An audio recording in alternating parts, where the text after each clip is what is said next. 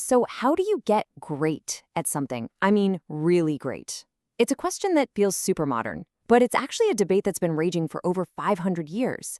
Do you find one single hero, one master, and just copy everything they do? Or do you take a little bit of inspiration from a bunch of different places and build your own thing?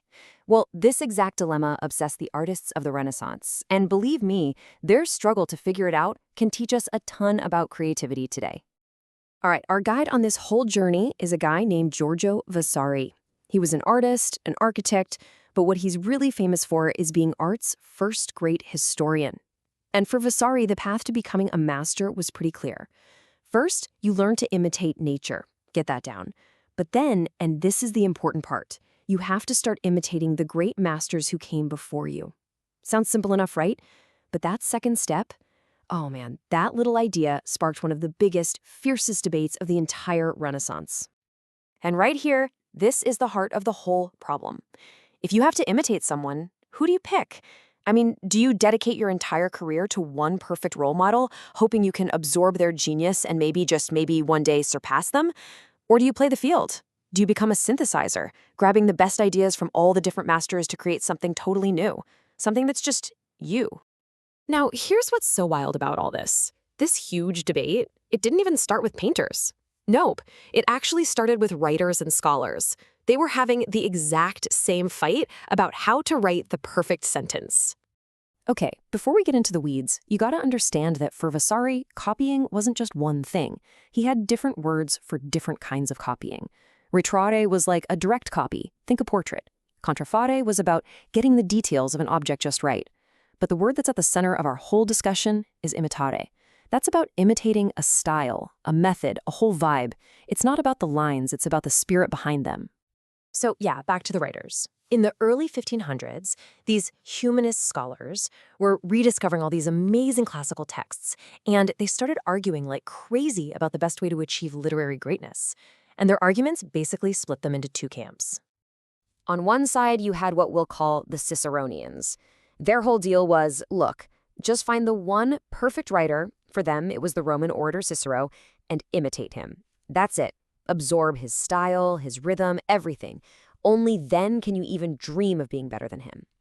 But the other side, the eclectics, thought that was just a creative prison. They said a true genius should be like a bee, flying around, gathering nectar from all the best flowers to make a honey that's totally unique. And this is where it gets really good, because this whole abstract literary debate found its perfect real-world expression in painting. It was basically embodied by the two biggest names in the game, Michelangelo and Raphael. These two guys became the living, breathing symbols of these two totally different paths to genius. Michelangelo, well, he was the Cicero of painting, a divine talent, a singular force of nature. If you followed him, the goal was to imitate his powerful, dramatic style. He was the destination. Raphael, though, he was the ultimate eclectic, the master bee. He studied everyone, absorbed the best from all of them, and put it all together. And that's the real key. With Michelangelo, you copied his style. With Raphael, you copied his method. So what happens when an artist actually has to choose one of these paths? And more importantly, what happens when they choose the wrong one? Well, Vasari gives us this really powerful, kind of tragic story of how imitation can go horribly, horribly wrong. And this brings us to Jacopo Pontormo. By all accounts, this guy was a prodigy. Vasari said his early stuff was just full of sweetness and grace. He had his own unique style right from the jump. But his ambition, his drive to be seen as one of the greats, it just led him down a really dangerous road. I mean, you can just watch the tragedy unfold here. He starts with his own awesome natural talent, but then he gets obsessed with the German artist Albrecht Dürer, and he tries to adopt this German manner that Vasari says totally impaired his natural charm. Then, from there, he decides to go all in on Michelangelo, trying to force this super powerful, muscular style onto his own work. But it just wasn't him. It was totally alien to his natural gifts. And the result?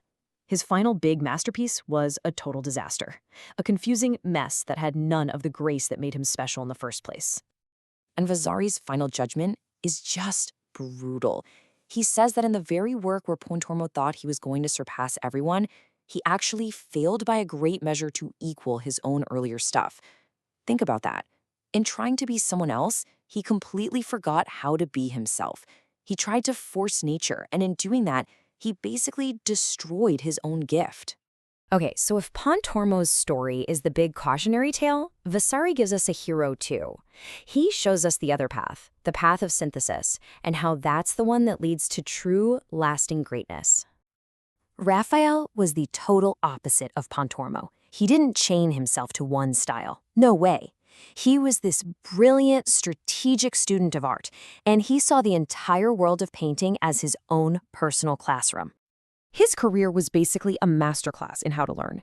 He started by perfectly imitating his teacher, Perugino, until you couldn't tell their work apart. Then he moved on, absorbing all the new things Leonardo was doing. After that, he studied Michelangelo.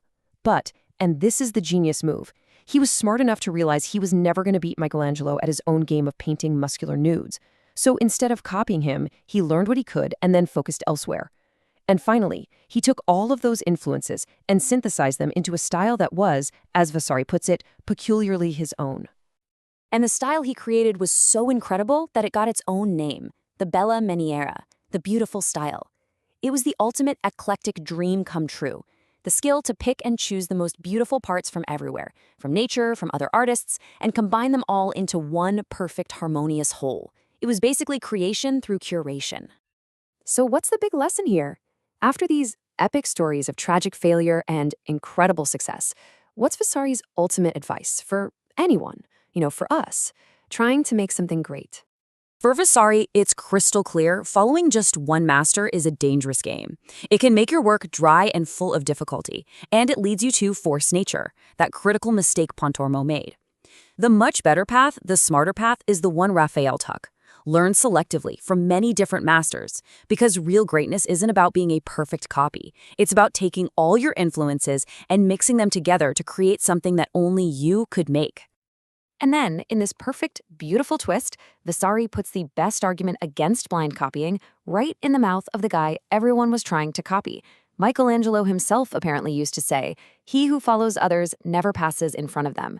Even the great exemplar himself knew that you can't just walk in someone else's footsteps if you want to be truly great. And that just leaves us with a question that feels more urgent today than ever before. In a world with endless influences swirling all around us, how do you find your own voice? Do you follow one single path, hoping to catch up to your hero? Or is real originality found by becoming that synthesizer, by taking pieces from everyone and everything you admire to build something that is uniquely and authentically you?